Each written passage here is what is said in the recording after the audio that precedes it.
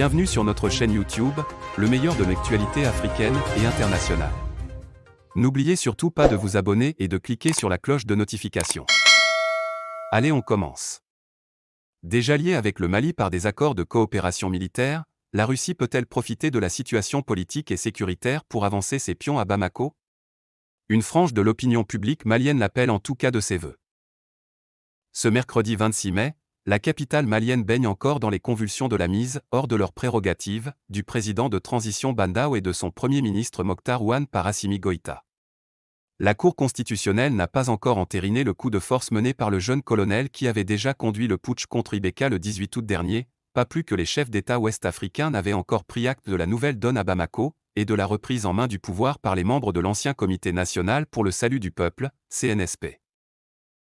À Niarla, quartier populaire en plein cœur de Bamako sur la rive gauche du fleuve Djoliba, une centaine de personnes manifestent devant l'ambassade de Russie pour demander une intervention militaire russe au Mali. Face à un conseiller de l'ambassadeur, qui les reçoit, un manifestant explique les raisons de leur présence. « Depuis longtemps, nous avons demandé l'arrivée des troupes russes au Mali, comme vous l'avez fait dans d'autres pays. C'est le peuple qui demande », assure-t-il. À sa suite, un autre, d'un âge assez avancé, ajoute « Le Mali et la Russie sont d'anciens partenaires. Nous demandons une coopération militaire, humanitaire. Nous ne remettons pas en cause les autres partenaires. » Le lendemain, jeudi 27 mai, bis repetita, les manifestants, sur la place Kontoro-Nissaane, près de l'ambassade russe, sont à nouveau là pour réclamer une intervention militaire et soutenir le coup de force militaire contre Bandao et Mokhtar Ouane. Appel à la Russie, le mouvement à l'origine de la mobilisation, est inconnu au bataillon. Il s'est trouvé un allié de taille, la plateforme Yerewolo debout sur les remparts, qui a été à l'œuvre dans l'organisation de plusieurs manifestations contre la présence militaire française au Mali.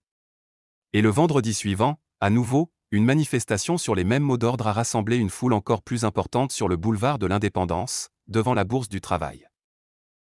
La France n'est pas sincère avec le Mali, il faut faire appel à d'autres puissances militaires. Selon le porte-parole de Yerewolo et tête de proue du mouvement, Adama Diarra, dit Ben le Cerveau, également membre du Conseil national de transition, CNT, Barkhane a montré ses limites et la France n'est pas sincère avec le Mali, il faut faire appel à d'autres puissances militaires. Évoquant la Centrafrique, il estime que, contrairement à la France, la Russie n'est pas dans un double jeu, et Moscou prônerait, à l'en croire, une coopération gagnant-gagnant. Le contenu vous intéresse? N'hésitez pas de lâcher un pouce bleu et de vous abonner. C'est fait? Cliquez aussi sur la cloche de notification pour ne plus rien manquer.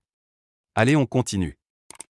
Les sanctions de l'UA sont des sanctions administratives, le Mali va continuer à payer ses cotisations, le pays va perdre ses mandats, son siège, ce sont des sanctions qui ont très peu de répercussions sur les populations parce que la population est la victime, on pense que ces sanctions ont été bien dosées, explique le politologue Sega Diarra. Comment l'UA a-t-elle géré les crises en Afrique? Niger, février 2010. Lorsque des soldats ont renversé le président Mamadou Tandja, l'Union africaine a réagi en suspendant le Niger. Mali, mars 2012.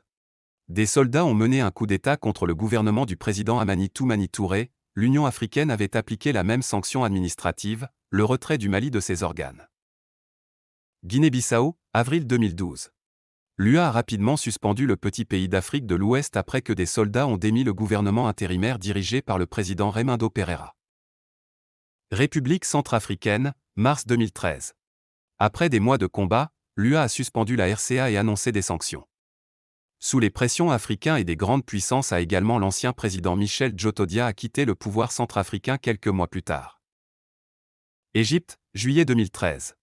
Des soldats menés par le maréchal Abdel Fattah al-Sisi, l'actuel dirigeant du pays, renversent le président Mohamed Morsi. L'UA avait suspendu alors en le pays arabe. Burkina Faso, septembre 2015. Alors que le pays du Sahel tente de naviguer dans une transition fragile forcée par le départ du dirigeant Blaise Compaoré, le général Gilbert Diendéré et les soldats qui lui sont fidèles renversent brièvement le président intérimaire Michel Kafando, suscitant l'indignation de l'UA, qui suspendra le Burkina Faso. Soudan, avril 2019. Après des mois de marche populaire, les Soudanais renversent le président Omar el-Béchir et le placent sous la garde de l'armée. L'Union africaine demande rapidement aux généraux de remettre le pouvoir aux civils, mais ces avertissements sont ignorés. Après un massacre de manifestants à Khartoum en juin, l'UA suspend le Soudan. Mali, août 2020. des soldats dirigés par le colonel Assimi Goïta ont profité des manifestations populaires à Bamako pour déposer le président Ibrahim Boubacar Keïta. L'UA a immédiatement suspendu ce pays d'Afrique de l'Ouest. Le président français, de son côté, a condamné un « coup d'État ». Surtout, dans un entretien publié après la remise en liberté de Bandao et de Mokhtar Ouane, et avant que la Communauté économique des États indépendants de l'Afrique de l'Ouest ait, de fait, reconnu la prise du pouvoir par le colonel Assimi Goïta, le président français a brandi la menace d'un retrait des troupes françaises. Je ne resterai pas aux côtés d'un pays où il n'y a plus de légitimité démocratique ni de transition, a-t-il notamment déclaré, avant de préciser, au président malien Bandao, qui était très rigoureux sur l'étanchéité entre le pouvoir et les djihadistes, j'avais dit, l'islamisme radical au Mali avec nos soldats sur place? Jamais de la vie. Il y a aujourd'hui cette tentation au Mali. Mais si cela va dans ce sens, je me retirerai.